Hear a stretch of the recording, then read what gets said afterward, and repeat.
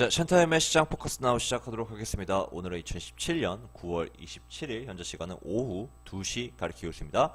자, 오늘도 시장 포커스 나우 통해서 전날에 있었던 시장 흐름에 대한 분석과 그리고 오늘 있을 시장 움직임에 대한 예측 잡아볼 수 있도록 할게요. 자, 먼저 시작하기 전에 앞서서 경제지표 발표 일정에 대해서 잡아보고 넘어가 보도록 하죠. 자, 먼저 오늘 27일이죠. 9월 27일 발표되는 경제지표 중에 중요한 경제지표는 핵심 내구재 수주와 그리고 핵심 내구재 수주입니다. 둘 다 저녁 9시 반에 발표 예정이다라고 보시면 될 것 같고요. 자, 내구재 수주는 이게 보시면은요, 뭐 간단하게 클릭하시면 지표 설명 보시면 간단하게 좀 나와 있는데, 뭐 일단은 뭐 지금 현재 수주라는 것, 내구재 수주라는 것은 얼마만큼 경기 동향이 좋게 나오느냐라는 것을 의미를 합니다. 쉽게 말해서 높게 나오면 나올수록 그만큼 주문이 활발하게 이루어지고 있는 상황이고, 그리고 낮으면 낮을수록 경기가 둔화되어 있다라고 보시면 될 것 같습니다. 자, 특히 이 핵심 내구재 수주 같은 경우에는 핵심 내구재 수주가 높게 나올 경우에 그만큼 제조업이 상당히 활발하게 지금 경기가 좋아지고 있구나라는 것을 판단할 수 있는 중요한 지표다라고 보시면 될 것 같아요. 자, 제조업 같은 경우에는 예전에 비해서 막 진짜 과거 한 50년 전에 비해서 상당 부분 미국 경제를 차지하는 비중은 많이 줄었습니다. 자, 그때 뭐 1960년도, 70년도만 하더라도 제조업이 거의 미국 전체 산업의 35%가량 차지하고 있었는데 이젠 많이 줄어들었어요. 왜? 서비스업과 IT 산업 등등 많은 분야들이 커졌기 때문에 상대적으로 제조업의 덩치가 적어들었죠. 그렇다 하더라도 아직까지는 미국의 10%가량 경제를 담당하고 있는 것이 제조업입니다. 그렇기 때문에 핵심 내구재 수주가 또다시 한 차례 중요하게 여겨질 수밖에 없다라고 보시면 될 것 같고요. 자, 그리고 보유주택 판매 지표가 발표 예정입니다. 별 3개짜리고요. 자, 어저께 발표되었던 신규 주택 판매에서의 중요성도 말씀드렸지만은 지금 현재 상황에서의 그 주택 판매 지표는 주택 관련 지표는 상당히 영향력을 크게 발휘합니다. 왜?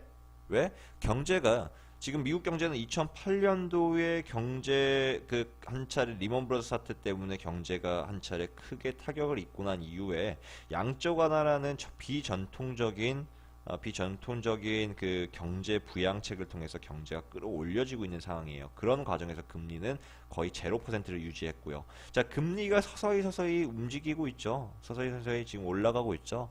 자, 그 주택 관련 판매 지표가 왜 중요하냐? 미국의 경기 동향이 지금 경기 동향이 좋아졌는지, 완벽히 불황에서 벗어났는지 판단할 수 있는 게 바로 주택 관련 지표이기 때문입니다. 자, 여러분 다시 말씀드린 부분이지만은, 자, 주택을 살 때 언제 여러분들 주택 사겠어요? 자기가 충분히 뭐 주택 사는 사람들 서민들은 대부분이 뭐 돈을 한 번에 일시불로 지불하는 사람들은 없어요. 다 대출 껴서 하죠. 자, 근데 주택 판매가 올라가는 이유는 뭐가 있겠어요? 내가 향후에 이 이자를 갚을 만한 능력이 있고, 그리고 우리나라의 경제에 대해서 신뢰도가 높다, 소비자 신뢰 지수가 높다 할 때 주택 판매가 상승하는 모습 보일 겁니다. 자, 그렇기 때문에 경제가 불황을 벗어나고 있을 때 후행성을 띈 한마디로 경제가 탄탄해지고 있다라는 것을 주택 관련 지표를 통해서 알 수가 있습니다. 그런 만큼 좀 중요한 지표예요.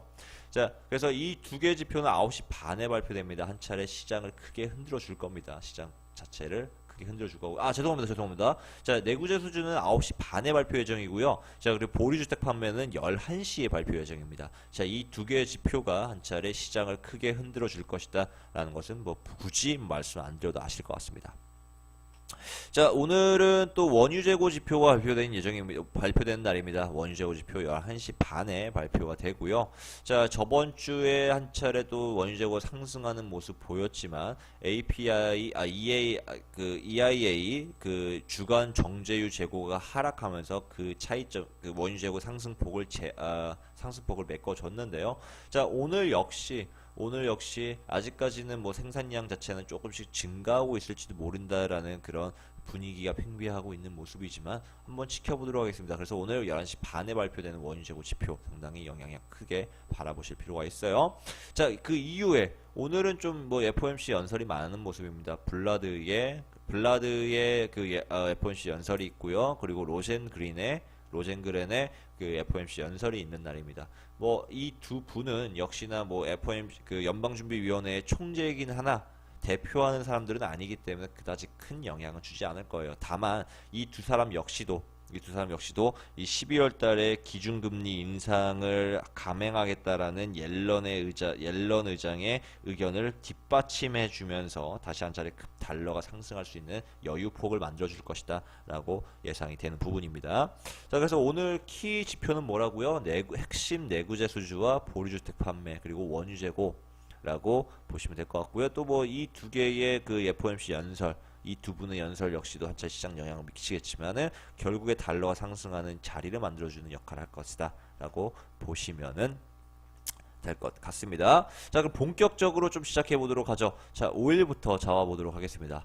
자, 5일 같은 경우에는 과거 이어지고 있었던 50.80 라인과 그리고 49.90 라인의 박스권을 이탈하면서 상승한 모습이지만 역시나 지금 52.50 달러가 강한 저항선을 보이면서 추가적인 상승 못 이어가고 지금 하락 반전한 모습입니다. 자, 어쨌든 유가는 지금 오늘 발표 예정인 그 원유재고 지표에 좀 많은 주목을 하고 있는 상황이에요. 자, 유가가 어저께 하락했던 이유는요. 자, 유가가 하락했던 이유는 뭐 그 전날에 3%가량 상승한 이후에 차익 실현 물량이 대거 터지면서 뭐 소폭 하락했다라고 보시면 될 것 같습니다. 자, 그렇다고 하더라도 어저께는 뭐 또 다시 한 차례 뭐 또 사건이 있었어요. 터키의 대통령이 이라크의 오일 수출기를 막겠다라고 선언을 했던 부분이 어느 정도 유가에 영향을 미쳤었는데 뭐 크게 영향은 뭐 받지는 않고 있는 모습 보이고 있습니다. 어저께 뭐 유가는 박스권의 형태를 보였다라고 판단이 될 수밖에 없는 움직임을 보여줬었죠. 자, 지금 시장은요 전체적인 유가 생산량 감소에 주목을 하고 있습니다. 그래서 이런 뭐 터키 대통령이 뭐 이라크 오일 수출기를 막았다 이런 좀 마이너한 부분에는 지금 집중하지 않고 전반적인 세계 수요량이 늘고 있고 세계 생산량이 낮아지고 있다라는 점에 더 주목을 하고 있는 모습을 보이고 있습니다.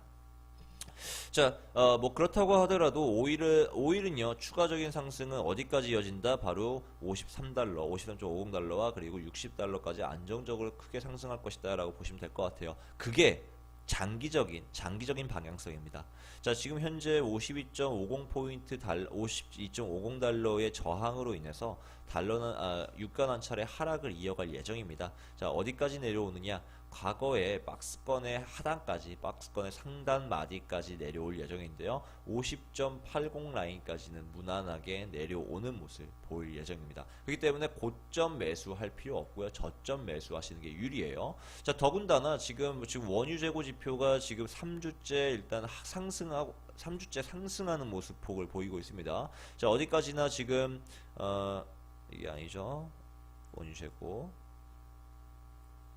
재고는 지금 3주째 상승하는 모습 보이고 있습니다. 오늘의 예상치 역시 높게 상승할 것이다라고 재고가 늘 것이다라고 지금 시장이 예상을 하고 있는 상황이고요. 자, 어디까지나 주간 정제유 재고가 하락하면서 그 원유 재고 상승폭에 대한 유가 하락을 막고 있는 모습 보이고 있지만은 자, 오늘도 만약에 미국의 원유 재고량이 상승하게 된다면은 유가가 한 차례 하락할 수 있는 가능성은 열어주고 있습니다. 자, 어디까지나 FOMC가 아니죠.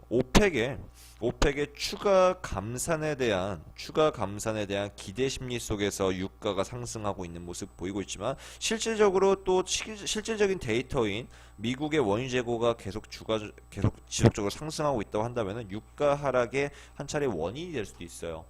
자, 전반적인 큰 그림은 계속 말씀드리지만 상방인 건 맞습니다. 하지만 이 상승한다고 하더라도 뭐 무조건 뭐 원웨이 급등하나요? 그런 경우는 절대 없죠. 뭐 모든 시장 움직임은 파동을 동반하는 거기 때문에 자, 오늘 원유 재고 발표됐을 때 한 차례 눌림 가능성은 충분합니다. 자, 고점 매수하지 마세요. 저점 매수하시기 바랍니다. 내려왔을 때 50.90 라인에서 매수 대응하시면 될 것 같습니다. 만일 52.50 라인 돌파한다면 그때는 좀 적극적으로 매수 잡으면 그만입니다. 뭐 어중간하게 매수 잡지 마시고요. 내려왔을 때 저점 매수 잡으시길 바랍니다.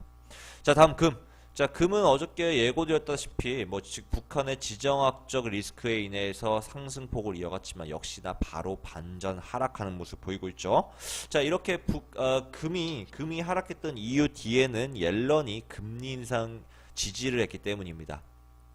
어저께 옐런의 연설이 있었죠. 새벽 1시 45분에 옐런의 연설이 있었습니다. 이 연설 이후에 금이 어떻게 된다? 금 가격이 하락한다. 라고 말씀드렸던 부분처럼 역시나 지금 금은 어저께 다시 1314라인선 기준으로 1314라인 13라인선 기준으로 다시 하락 반전하고 있는 모습을 보이고 있는 중입니다. 자, 금은 추가 하락하면서 1280라인선 그리고 1250라인까지 추가 하락을 이어갈 것으로 예상이 됩니다. 다만 오늘 달러가 추가적인 상승을 이어갈 것임에도 불구하고 일단 아직까지는 금이 전파동의 저점을 이탈하지 못한 상황이기 때문에 한 차례 반등 여지는 충분하다라고 보시면 될 것 같습니다. 어저께 일단 금 같은 경우에는 그 빠른 시간 안에 가파르게 하락했기 때문에 여기에 대해서 한 차례 반등 금의 저점 매수를 노리는 세력들에 의해서 금이 단차례 반등할 가능성은 충분합니다. 자, 금은 그래서 올라왔을 때 고점 매도하시길 바랍니다. 만약에 전파동의 저점까지 뚫린다고 한다면은 그땐 적극적으로 매도 포인트 드리도록 하겠습니다. 하지만 그 전까지는 조금 안정적인 고점 매도 전략을 유지하도록 하죠. 올라왔을 때 1313라인선에서 어제와 동일하게 매도 진입 대응하시면 될 것 같습니다. 자, 어쨌든 달러가 꾸준히 상승하는 모습 속에서 지금 금이 계속 지속적인 하락을 이어갈 것이에요. 지금 현재 고점 매도하는 이유는 차익 실현 물량에 의한 저점 매수 심리에 의해서 상승할 가능성을 염두에 두고 있기 때문에 고점 매도하는 부분이다라는 점은 기억해 두시길 바랍니다. 자, 다음 유로. 자, 유로 같은 경우에는 어저께 다시 한 차례 하락을 이어가고 있는 모습 보이고 있는데요. 북한발 지정학적 리스크와 그리고 독일의 정치적인 문제로 인해서 지금 하락세는 유지되고 있는 모습을 보이고 있습니다. 자, 어저께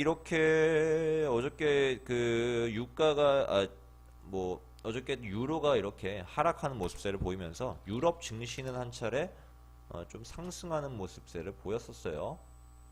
어저께 프랑스와 유로스톡스 한 차례 다 상승하는 모습 보였는데 잠시만요.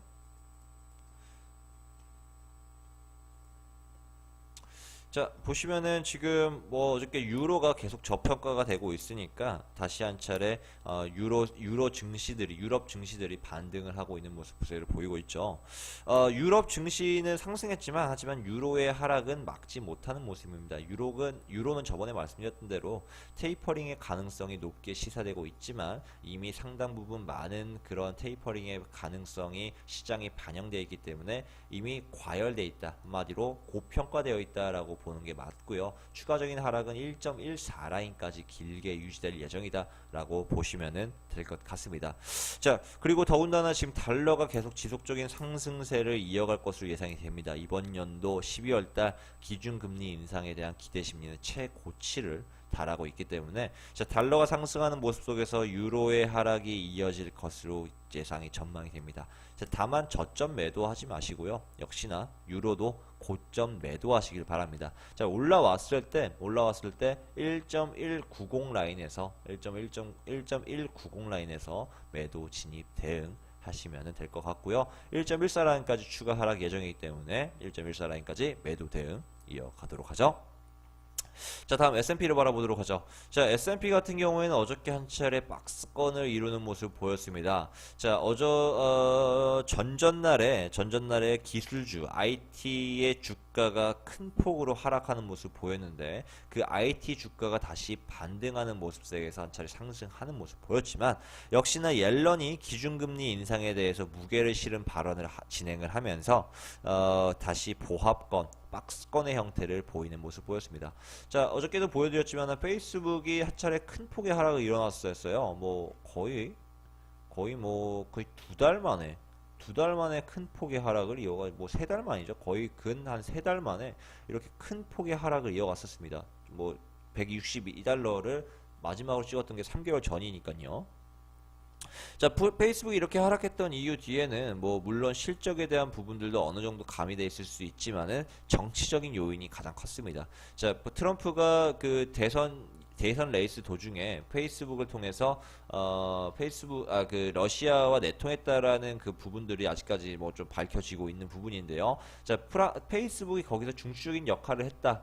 라는 그런 부분들이 밝혀지면서 한 차례 투자 심리가 줄어들고 있는 모습을 보이고 있습니다. 하지만 이러한 모습 속에서 불구하고 유로 지금 기술주 그리고 IT 관련 주가는 꾸준히 반등세를 보이고 있기 때문에 S&P 미국 증시가 다시 한 차례 상승세를 보이는 모습이죠. 자, 그렇다고 하더라도 지금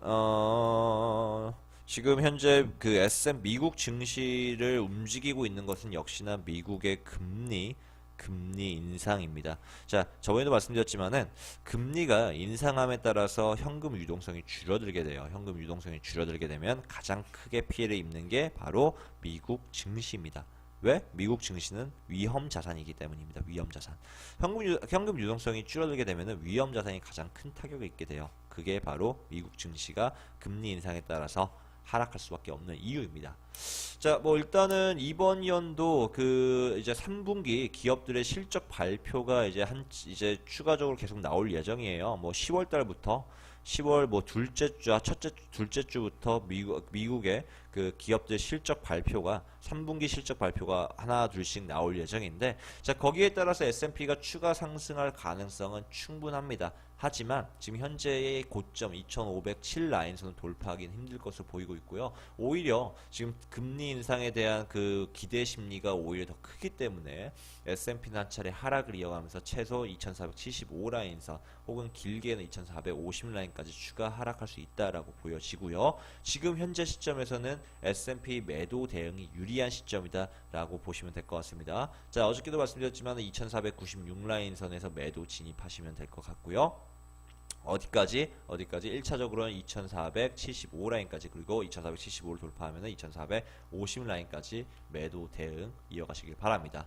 자, 좀 정리해 드리도록 할게요. 자, 5일 같은 경우에는 지금 오늘 그 발표되는 원유재고 지표 영향으로 인해서 한 차례 눌림세가 예상이 됩니다. 내려왔을 때 저점 매수하시길 바랍니다. 50.80 라인, 90 라인에서 매수 진입 대응. 그리고 금도 역시나 지금 현재 전파동에 저점 뚫지 못하고 있기 때문에 한 차례 상승 예상됩니다. 달러는 꾸준히 기준금리 인상 기대 심리 속에 상승하겠지만 금이 한 차례 저점 반등 가능성도 충분합니다. 올라왔을 때 1313 라인선 그대로 매도 진입, 고점 매도 전략 유지하도록 하고요. 자, 유로는요, 올라왔을 때 1.19 라인에서 매도 대응하시길 바랍니다. 자, S&P는 말씀드렸던 그대로예요. 자, 오늘 시장 흐름 또 상당히 좀 흥미롭게 진행이 되고 있습니다. 자, 지금 뭐 기준금리라는 한 차례 그 큰 하두가 던져졌고요. 그리고 북한의 지정학적 리스크는 계속 있었던 상황이지만 또 유럽의 독일의 그 정치적인 리스크, 그리고 이번에 3분기 미국의 3분기 실적 발표 바로 직전이라는 이 복합적인 많은 재료들에 의해서 지금 시장이 상당히 재밌게 흘러갈 예정이에요. 시장 흐름 제대로 잡아서 수익 내보시길 바랍니다. 오늘의 시장 포커스 나우는 여기까지.